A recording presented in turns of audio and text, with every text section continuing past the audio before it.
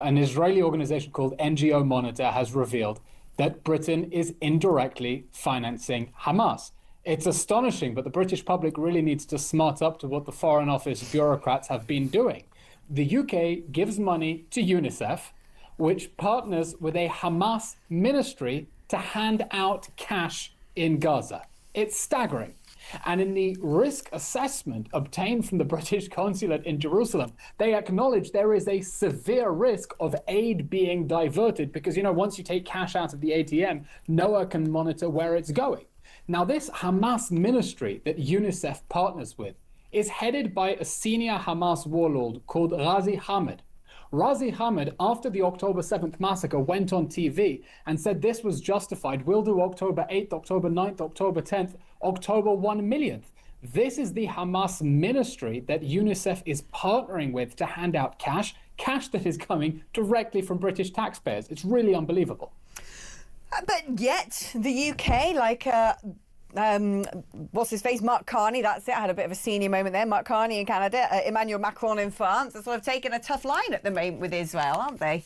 What do you think's gone wrong in this country? Why do you think they've been sort of browbeaten by all the protests we have in the UK? There's clearly intense political pressure in the UK, in Canada, in France to throw Israel under a bus. Britain has decided that it is content for the war that Hamas started on October 7th to end with Hamas in power. David Lammy can bang as much as he wants on the dispatch box and say Hamas can have no role in the future governance of Gaza. But unless the Israeli army removes it from power, the Hamas terrorist regime is going to remain in control in Gaza. Now, Israel is fighting. They say they have to release the hostages, and Hamas has to step down or there'll be another war in Gaza, and we don't want another war in Gaza. And it's disappointing that the countries that understood after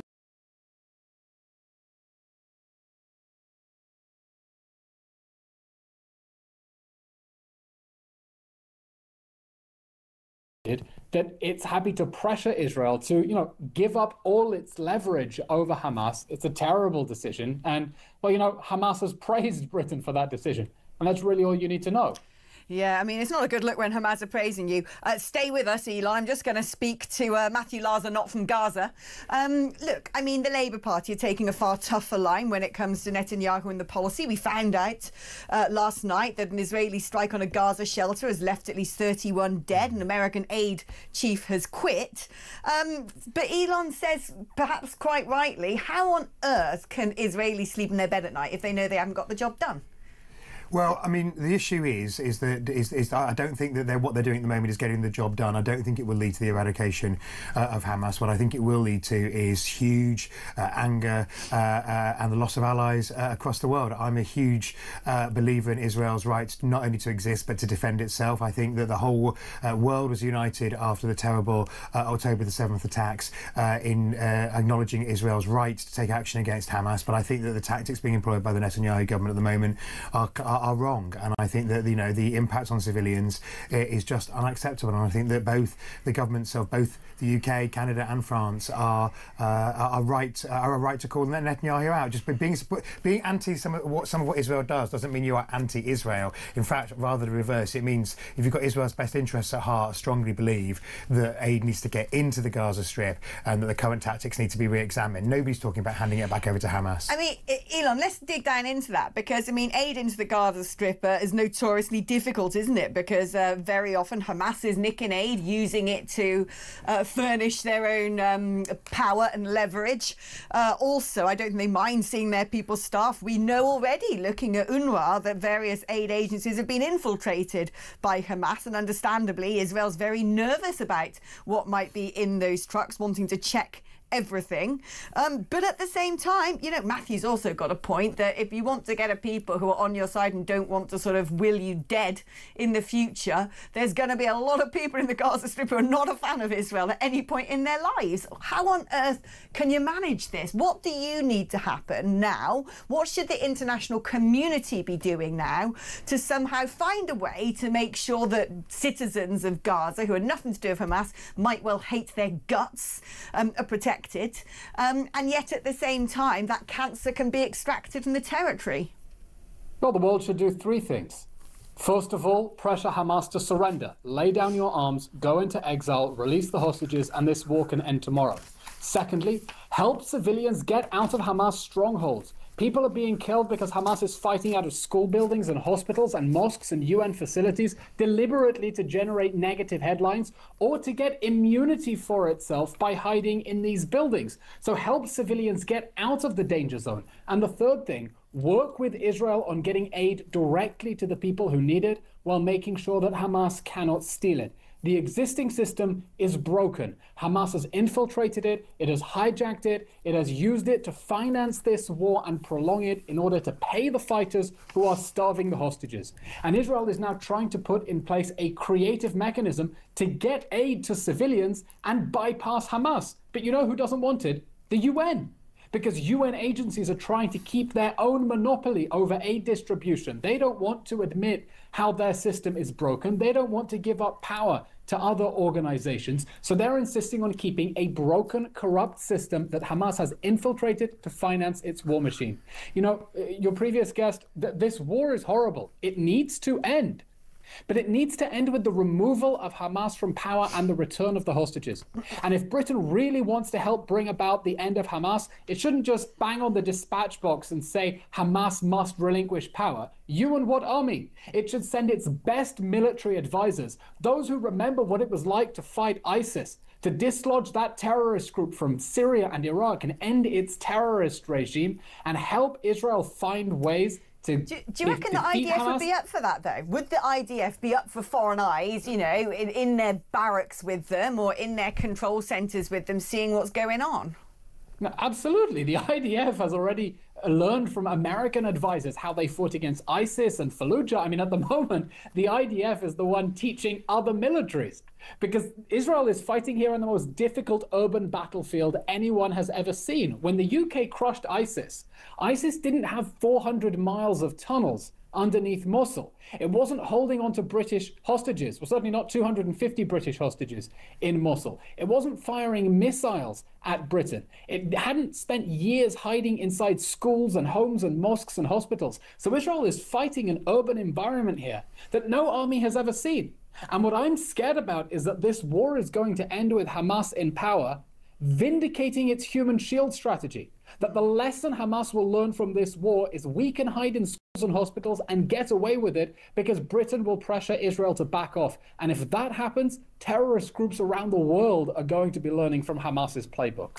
I mean, he's got a point, hasn't he, that what we're not really hearing from the UK government, yes, there's occasional lip service to Hamas should free the hostages, but that anger's gone out of it, that ire, the sort of, you know, passionate opposition to terrorism just seems to have been whittled away. Well, I'm not sure about that, Alex. I mean, in fact, if you look at what happens inside Israel, the parents and relatives of many of the hostages are those who are loudest in their condemnation of the tactics of the Netanyahu government, because they think they are the tactics that are least likely to bring the hostages home. So I think, firstly, we need to remember that there are a lot of people inside Israel who are, are firmly opposed. What did you have for breakfast this morning? That's the second time I've detected it re-emerged. I'm now complete. So on this very serious subject, so I think that, you know, that the returning the hostages has not gone off the West's agenda. But you're not going to get the hostages returned by the scenes we're seeing. We cannot see support for Israel melt across the world because of the tactics of the government in terms of the aid and in terms of pushing people out of almost, or, you know, pushing civilians out of almost all of the space. And we cannot have the Netanyahu government, you know, going around saying that Israel is going to completely control the Gaza Strip at the end of this. That is not tenable. It is not Israeli territory. This is the problem, isn't it, Eylon? Which is, look, you know, everyone knows that I'm a strident supporter of Israel. I'm listening to Douglas Murray's book at the moment, and my God, it boils my blood is an understatement. But the problem is, you know, this is a propaganda war. As you said, so much of this is deliberately confected to whip up emotion around the world, get these protests on our streets. Metropolitan Police have dismissed complaints about pro-Palestinian protests in the UK, which glorified the October the 7th of massacre. A protester chanting, "I love the 7th of October. I like any organisation that starts with an H." We know that means Hezbollah, Hamas Hamas and the Houthis, no doubt. And I think we've been far too lily-livered in standing up to this wicked terrorist propaganda on our streets. I agree with freedom of protest, but I worry as well how much of all of this is rounding up people as a recruiting exercise to build up some sort of would-be future army in Britain against the state. The difficulty is the way things are going. We know the press aren't allowed into Gaza at the moment, apart from the very occasional exception. Even when all things are said and done, my big worry is when foreign eyes go into that territory and see the state of it, Israel's going to be in a bit of bother. There's so much fake news. You're talking about a propaganda war. Just look at the hoax that the UN spread last week. Tom Fletcher, the UN relief chief, made up a hoax that 14,000 babies are going to die in 48 hours if the UN doesn't reach them. Even the UN had to retract that and say that it was wrong, and the BBC uncovered it. He didn't think for a moment to think how stupid it sounded, and it was repeated by 13 MPs in Parliament, and it was completely false from beginning to end. But we see what these lies are doing. Look at the terror attack in Washington last week. 2 young Jews were murdered outside the Capitol Jewish Museum by a man shouting "Free Palestine." We've seen protests calling "globalize the Intifada." That was a wave of suicide bombings in Israel, saying "bring the war home." And they just did. And 2 young Jews in Washington were murdered because of it. That is where this hate is leading. But would it not be better strategy then? Because like I said, look, Israel's got my full support, and I know this is a propaganda war. My worry is when all is said and done and foreign eyes go into Gaza and it looks like apocalypse now, that it's going to embolden Hamas even more. And I'm not saying you shouldn't be attacking Hamas or, fighting back at all. I'm just trying to think ahead here and what the strategy is going to be. Would it be a good idea to allow professional war correspondents into Gaza? Because that's not been anything that's been permitted since the outbreak of this. Yeah, you're right. I mean, the images from Gaza of destruction are horrific, and Hamas laid a trap for Israel. Hamas dug a network of tunnels longer than the London Underground under the whole of Gaza. And the tunnel shafts poke out inside people's homes, very often under children's beds. I've spoken to so many soldiers who've told me that. Inside schools, inside mosques, even UN facilities. Hamas was running its server farm from underneath UNRWA's headquarters in Gaza. Now, that whole network of tunnels is a legitimate military target, and that explains the destruction you're seeing above ground. But notice how Hamas is trying to manipulate people. It's telling Israel, if you attack us, it's going to look really bad on TV. But if you don't attack us, then our military infrastructure is still intact, and we live to fight another day and prepare for the next time we can invade Israel and massacre Israelis at a music festival. So when Israelis decide between being alive and being liked, they say we prefer to be alive and to crush the terrorist regime that is threatening to invade us again, even if it means that in Britain people are going to disapprove. And then, people like me go on TV to try to explain what you're seeing and how Hamas is playing mind games with you.